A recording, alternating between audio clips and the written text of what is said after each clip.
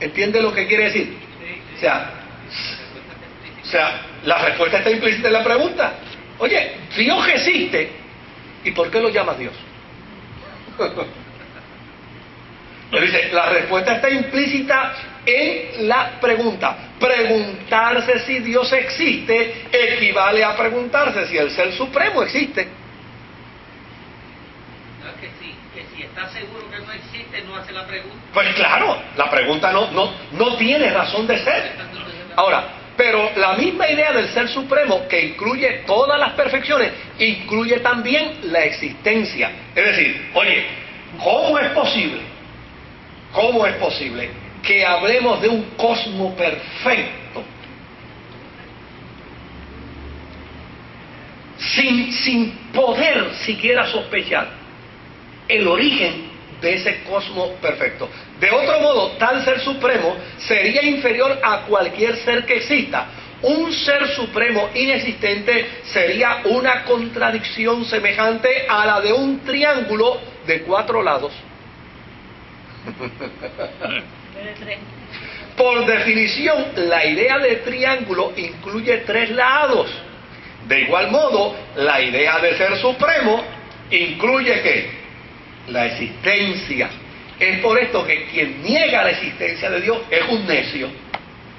Es decir, para Anselmo, el salmista tiene razón cuando dice, el necio dice en su corazón, no hay Dios. ¿Por qué? Porque decir no hay Dios. La contraparte de Fíjese lo interesante de la forma y manera como Anselmo dice, oye, y podremos buscar respuestas de la razón para nuestra fe. Dice, sí, es cuestión de salir, ¿qué? De salir a preguntarnos, a trabajar con ella. Ahora, esta postura de Anselmo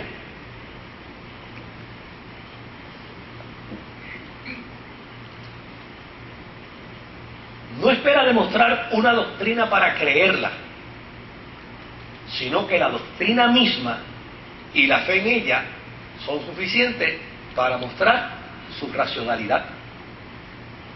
O sea, el ser humano piensa para luego ¿qué? Llegar a conocer y llegar a entender. No existe un divorcio de la razón y de la fe. Quienes postulan eso cierran, porque no existe. Y otra de las cosas que es interesante es que estos individuos, estos escolásticos como Anselmo de Canterbury, que es precisamente el que da el paso al escolasticismo, estos individuos eran sumamente piadosos, ¿sabes?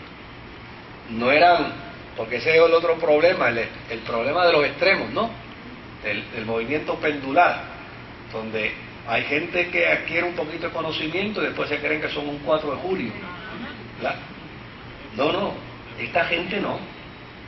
Esta gente era gente intelectual, pero gente pía, era gente piadosa, era gente entregada a la oración, era gente entregada a la contemplación, era gente entregada a la meditación y era gente entregada al servicio. O sea, no eran cualquier cosa. O sea, eso era lo sorprendente de esta gente. Que esta gente, de hecho, mire, Nidia Caro creó un disco de una serie de canciones filosóficas, prácticamente todas ellas poemas de grandes pensadores de la fe. Que cuando usted escucha eso, usted dice, Dios mío, pero ¿y cómo esa gente pensaba? Pues mire, nosotros estamos en retroceso. Nosotros estamos en retroceso. Hoy en día, fíjense que hoy en día nosotros nos asombramos cuando vamos al interruptor de la luz y no prende. Nunca nos asombramos cuando prende. Es más, no nos hacemos la pregunta y decimos, oye, ¿cómo es que prende esa cosa? ¿No? Nosotros nos asombramos cuando le damos al switch y no prende, a Dios no prendió. Fíjese, o sea, porque somos una sociedad que está dejando de pensar. Mire, este músico que estuvo con nosotros el domingo, que está considerado a nivel mundial uno de los primeros 3 mejores guitarristas del mundo, que cuando Segovia estaba en su lecho de enfermedad, le preguntaron que cuál era uno de sus últimos deseos, y él dijo que me traigan a Iván Rijos para que me dé un concierto. Y por 10 años en España, cada vez que se da el Festival Segovia, ese jibarito puertorriqueño es el que hace el opening en memoria de Segovia, porque para Segovia, que era el maestro de la guitarra española, no había existido un mejor guitarrista que ese jibarito puertorriqueño que sirve al Señor, ¿no? Pues él me estaba diciendo, mira Moisés, una de las cosas que yo he observado en el Conservatorio de Música es que el músico de hoy es perfeccionista. Se da cuenta cuando se da una nota que no es, se da cuenta cuando se comete un error, se da cuenta cuando el instrumento no está en el 440, no está afinado en su nivel óptimo. Pero ¿sabe qué? No tiene sentimiento en su música.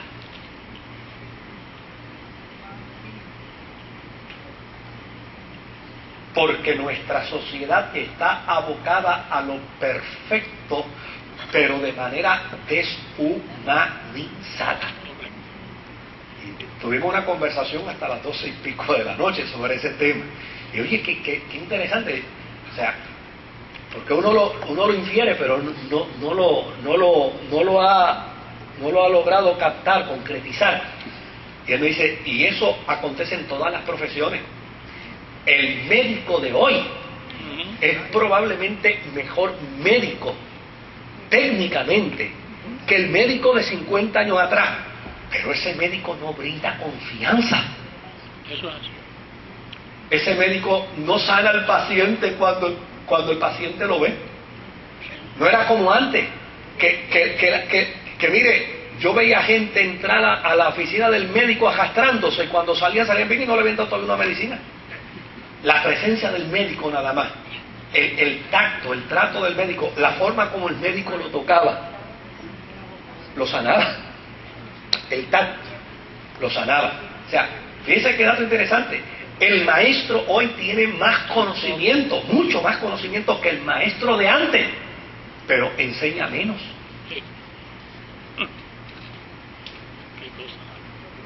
Y eso, pues obviamente, yo quiero salir del pensamiento religioso, porque estamos en historia,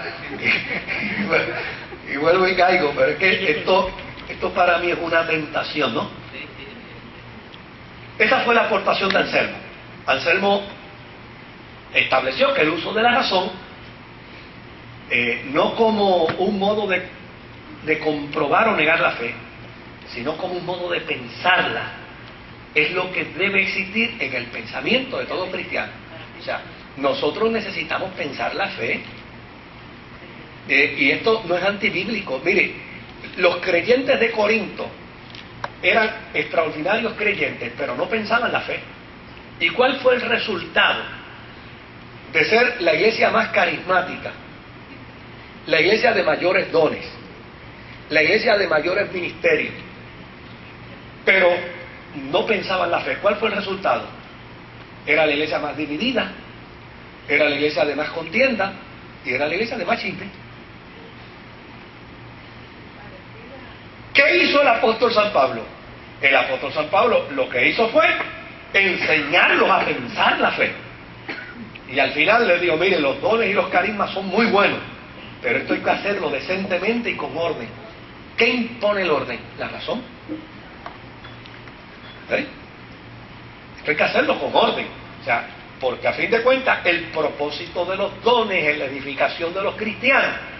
Y desde luego no puede haber edificación de los cristianos